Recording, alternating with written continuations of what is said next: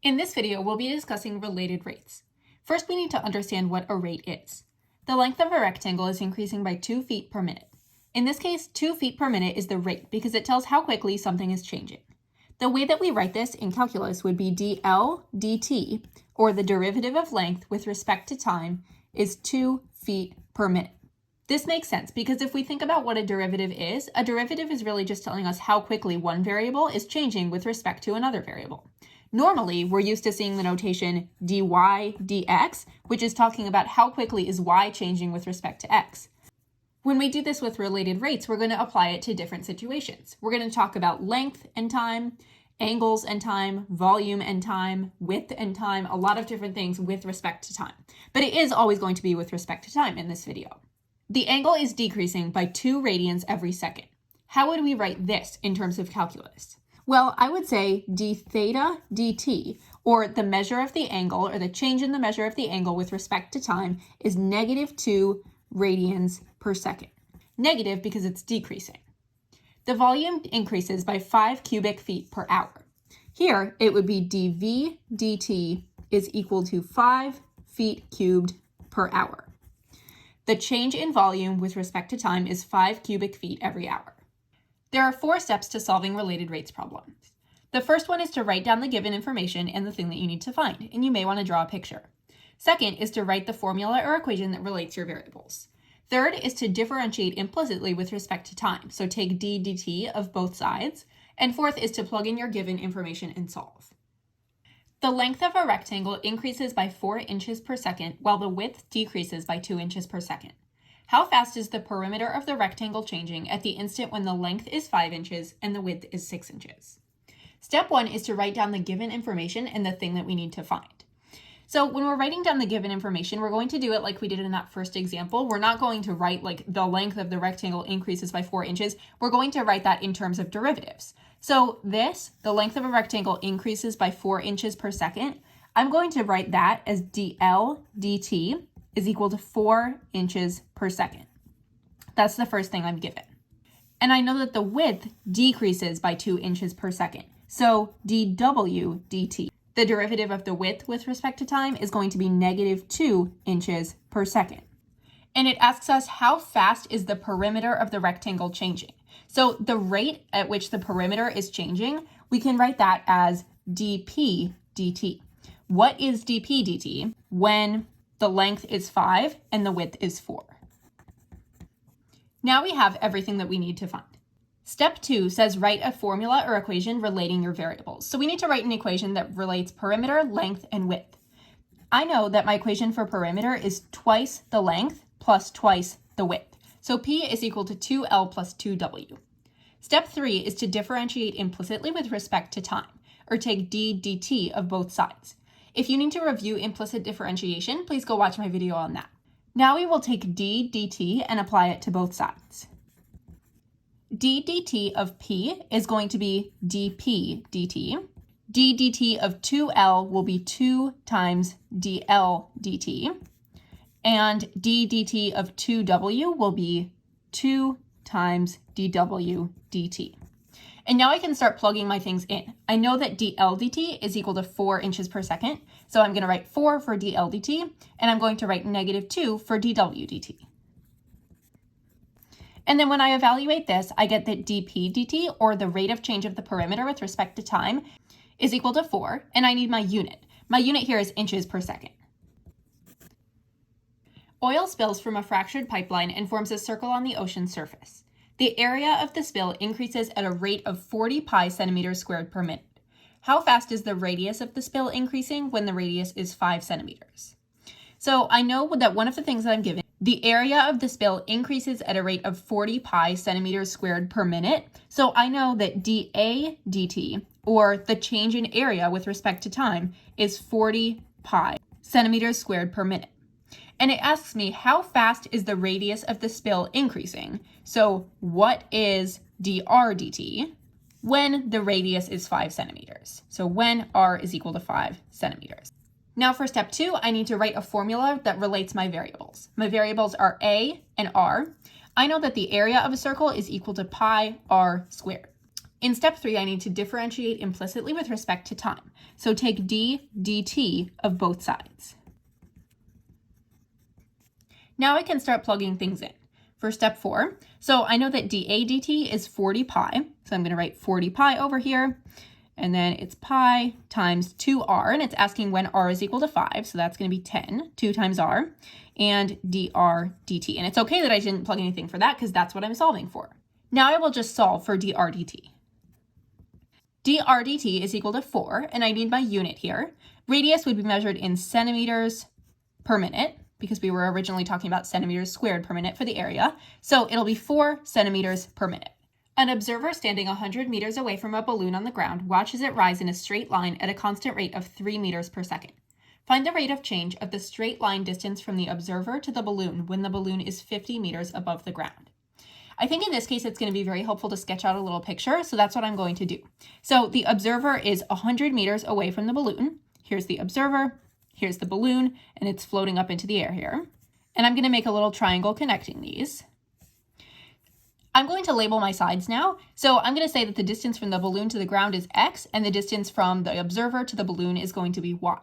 Now I can start writing down the information that I was given using my variables. So the observer is standing 100 meters away. The balloon is rising at a constant rate of 3 meters per second. So dx dt is equal to 3. And the thing that we're trying to find is the rate of change of the straight line distance from the observer to the balloon, which is y. So we are looking for dy dt when the balloon is 50 meters above the ground. So when x is equal to 50. Now I need to come up with an equation that relates these.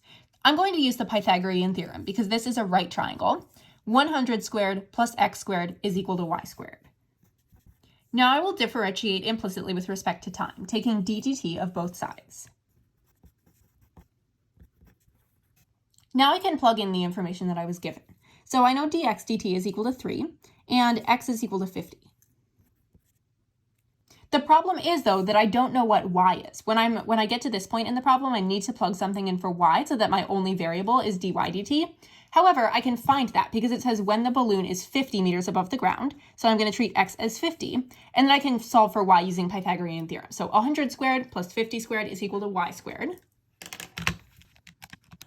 Y is equal to 111.80339, and I'm just going to truncate it there. That's what I'm going to plug in for y. Now I can solve for dy dt.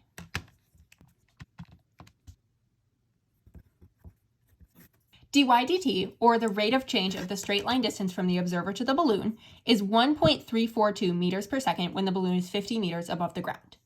If you're on an FRQ, it's probably a good idea to write that out in a sentence instead of just leaving your answer as dy dt equals the number. A ladder 15 feet long is leaning against a building so that end x is on level ground and end y is on the building as shown in the figure. X is moved away from the building at a constant rate of half a foot per second. Part A asks us to find the rate in feet per second at which the length OY, this length, is changing when x is 9 feet from the building. So if we're going to translate this question into kind of calculus speak, what we need to do is say find, and then the rate in feet per second at which length OY is changing. That's going to be derivative of OY with respect to t. Find d of OY with respect to t when OX is equal to 9. Let's also write down what we're given. We know that the ladder is 15 feet long.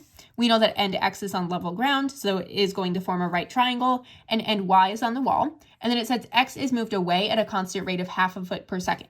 So we know that OX, or the derivative of OX with respect to t, d of OX with respect to t, is going to be half a foot per second. Now I need to write an equation that relates the variables that I'm working with. I'm going to use the Pythagorean theorem here. I'm going to say that OY squared plus OX squared is equal to 15 squared. And I can plug in that number 15 right away because this is going to be constant throughout the entire problem. The ladder is not going to change length in the middle of the problem. Now I will take the derivative with respect to time. And now I can start plugging in what I know. So I know that the derivative of OX with respect to t is half a foot per second. And I know that x is 9 feet from the building, which means that the length of OX is going to be 9. So 2 times 9 times 1/2 plus 2, and then to find OY, to find this distance, I know 15 and 9 so that I can just use the Pythagorean theorem to figure out what this distance is. That distance, OY, is equal to 12. So 2 times 12 times d of OY with respect to t, which is what I'm looking for, is all equal to 0. So now I just solve for this. I found that the derivative of OY with respect to t is negative 0.375 feet per second. Because this is an FRQ, I need to write out my full explanation here.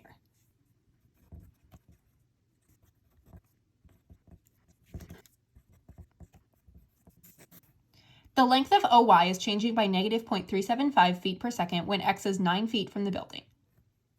Part B says find the rate of change in square feet per second of the area of the triangle XOY when x is 9 feet from the building.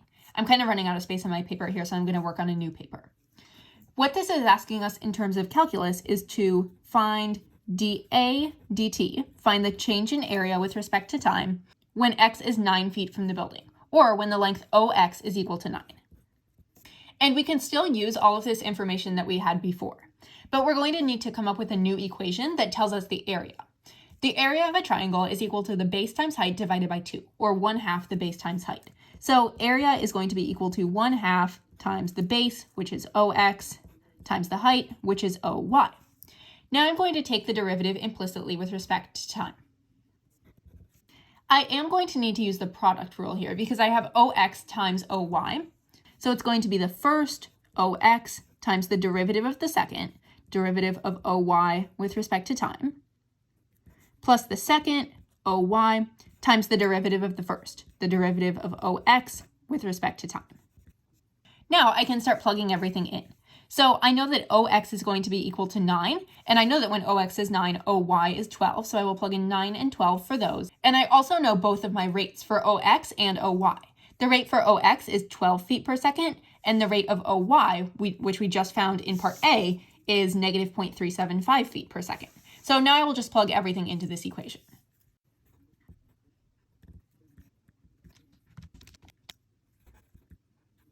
Now I get that the change in area with respect to time is 1.313, and my unit is going to be feet squared per second. Now I need to do an FRQ explanation where I'm going to put this answer in the context of the problem.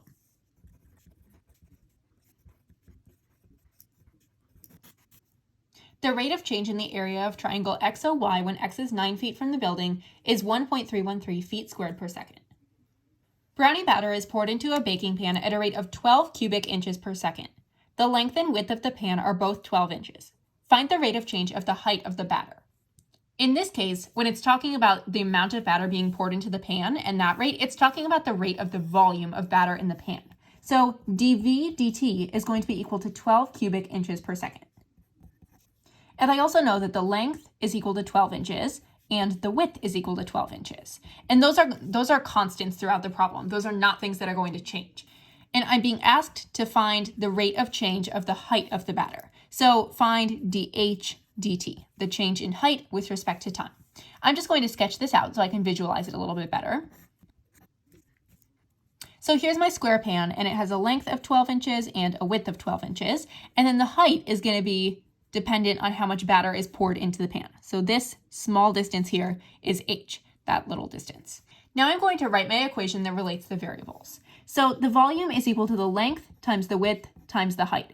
And I actually already know what my length and width are, and those are not things that are going to change during the problem. So I can say that V is equal to 12 times 12 times h, or 144h.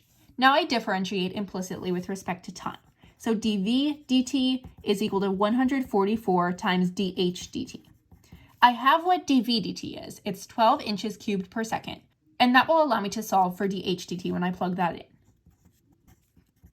dH dt is equal to 1/12, and my unit here is going to be inches per second, because that's the rate at which the height will increase. 1/12 of an inch per second. Water is poured into a cone at a rate of pi cubic feet per second. The cone has a radius of 6 feet and a height of 12 feet. How quickly is the depth of the water increasing when the depth is 6 feet? And it gives us the formula for the volume of a cone, which is nice. I'm going to sketch this situation out first. So here's my cone, and I know it has a radius of 6 feet, so r is 6, and it has a height of 12 feet. And it says how quickly is the depth of the water increasing when it's 6 feet. So the depth of the water is going to be another word for the height. So the height of the water, if this is my water level, this is going to be the height in the cone. Now I will write down what I know. I know that the water is being poured in at a rate of pi cubic feet per second, which means that my volume is increasing by pi cubic feet per second. So dV dt will be pi cubic feet per second. Now, at this point, it might seem really tempting to write down r equals 6 feet and h equals 12 feet, but don't do that because that is assuming that the volume is of the entire cone. We are being asked to look at a different situation. We're not finding the volume of the entire cone. We are trying to find something that has to do with what it's going to be when the depth is 6 feet, so when h equals 6. So we can't write when h equals 12 because we don't want to plug in 12. We need to write when h is equal to 6. This also means that our radius is not going to be 6, because if our height is 6, then that means that the radius is not going to be what it was originally. It's going to be smaller. What we can do instead is come up with a ratio for the radius to the height. So we know that when the radius is 6, the height is 12. This means that 2r is going to be equal to h. And this applies for any location on the cone. That's one of the properties of a cone. What we're being asked to find is how quickly the depth of the water is increasing. So how much is h changing, or what is dH dt when the depth is 6 feet, or when h equals 6 feet. And now this is normally where we would write our equation, but they gave us our equation already. It's v is equal to 1/3 pi r squared h. This is where this little equation is going to come in handy now. This is typically where I would do my implicit differentiation and take the derivative with respect to time, but first I'm going to substitute in something for r into the equation. So if 2r is equal to h, I know that r is equal to 1/2 h. So instead of writing r in this equation, I'm going to write 1/2 h. v is equal to 1/3 pi 1/2 h squared times h. Then I will clean this up and then take the derivative with respect to time. Now I can start plugging things in. I can plug in that dV dt is equal to pi, so pi will go in here, and h is equal to 6, so 6 will go in here. And then I will solve for dH dt.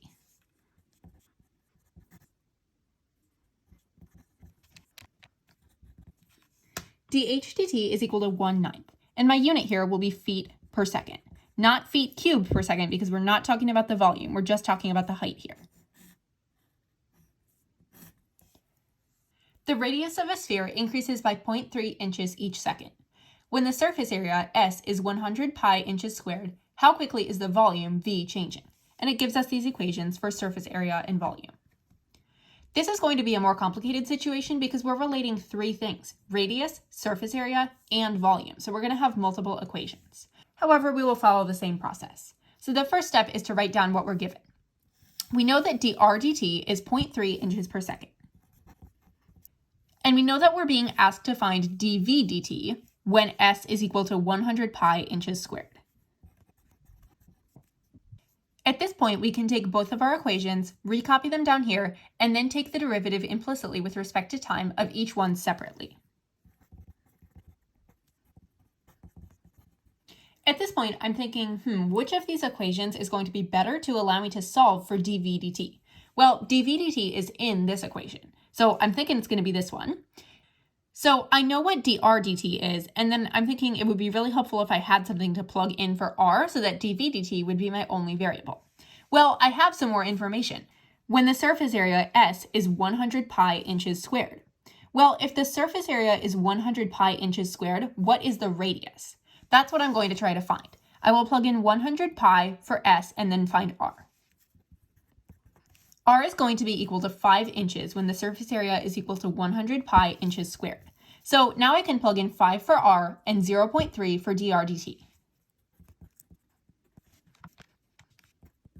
And I'm getting that dV dt is 30 pi. And my unit here is going to be inches cubed per second because volume is always cubed.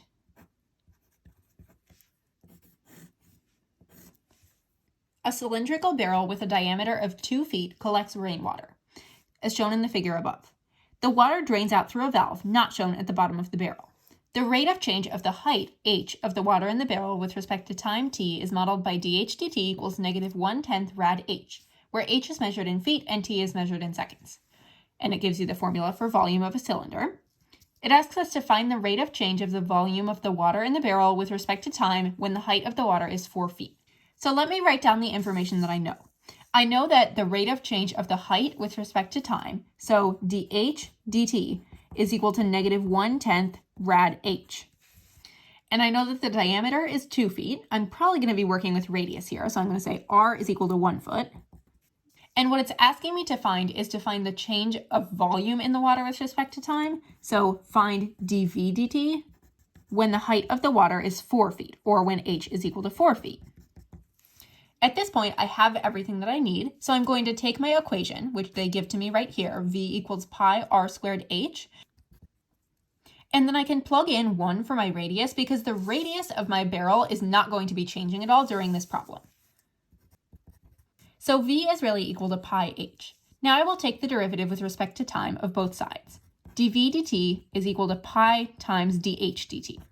I know that dh dt is equal to negative 1/10 rad h, and h is equal to 4 feet. So dv dt is equal to pi times negative 1/10 rad h, or h is going to be 4 in this case, so 1/10 times rad 4.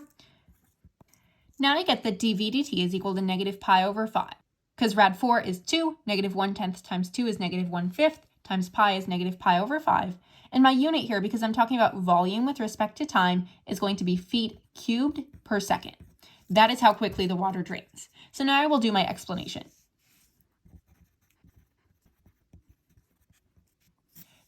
The rate of change of the volume of the water is negative pi over 5 feet cubed per second when h is equal to 4 feet. A spherical beach ball is inflated so that its radius increases at a rate of 2 over r centimeters per second. How quickly is the volume of the ball increasing when the radius is 4 centimeters? So I know the radius increases at a rate of 2 over r centimeters per second, which means that dr dt is equal to 2 over r centimeters per second. And I'm trying to find dv dt, the change in volume, when r is equal to 4 centimeters. Now I need my equation that relates volume and radius. For a sphere, that's going to be v is equal to 4/3 pi r cubed. Now I will take the derivative implicitly with respect to time. Now I can plug in my values r equaling 4 and dr dt equaling 2 over r. And instead of writing 2 over r, I wrote 2 over 4 because r is equal to 4 in this case, and then I just evaluate what this is. dv dt, or how quickly the volume of the ball is increasing when the radius is 4 centimeters, is equal to 32 pi centimeters cubed per second. It's centimeters cubed because we're talking about volume, and the time units are seconds. A 7-foot-tall man walks away from a 20-foot streetlight at a rate of 5 feet per second. At what rate is the length of the man's shadow changing when he is 16 feet away from the streetlight? I'm definitely going to sketch a picture to help me here. So I have my 20-foot streetlight over here, and the man is walking away from it. So he's going to be walking along this line. He's 7 feet tall, and his shadow is going to be this distance along here. That is his shadow. I'm going to call his shadow S. And the distance that he is away from the pole, I'm going to call X. So I know that the rate at which he's walking away from the streetlight is 5 feet per second. This means that the change in X with respect to time is 5 feet per second, because X is how far he is away from the streetlight. And we're trying to find at what rate is the length of his shadow changing. His shadow is S, so at what rate is S changing? What is ds dt when x is equal to 16, when he's 16 feet away from the streetlight? Now I need to come up with an equation that relates these. In this case, it's going to be similar triangles. So I know that 7 corresponds to S. 7 corresponds to S, just as S plus X corresponds to 20. So this goes to this as this goes to this. This means that S over 7 is equal to X plus S over 20. That is my equation that helps me relate these two. These two are similar triangles. Now I'm going to cross multiply and then simplify my equation a little bit. So 20s is equal to 7 times x plus s. This means that 13s will be equal to 7x. Now I can take the derivative of both sides with respect to t. And I know that dx dt is 5 feet per second, so I'll plug 5 in here, and I'm looking for ds dt. This means that ds dt is equal to 35/13ths, and my unit here will be feet per second.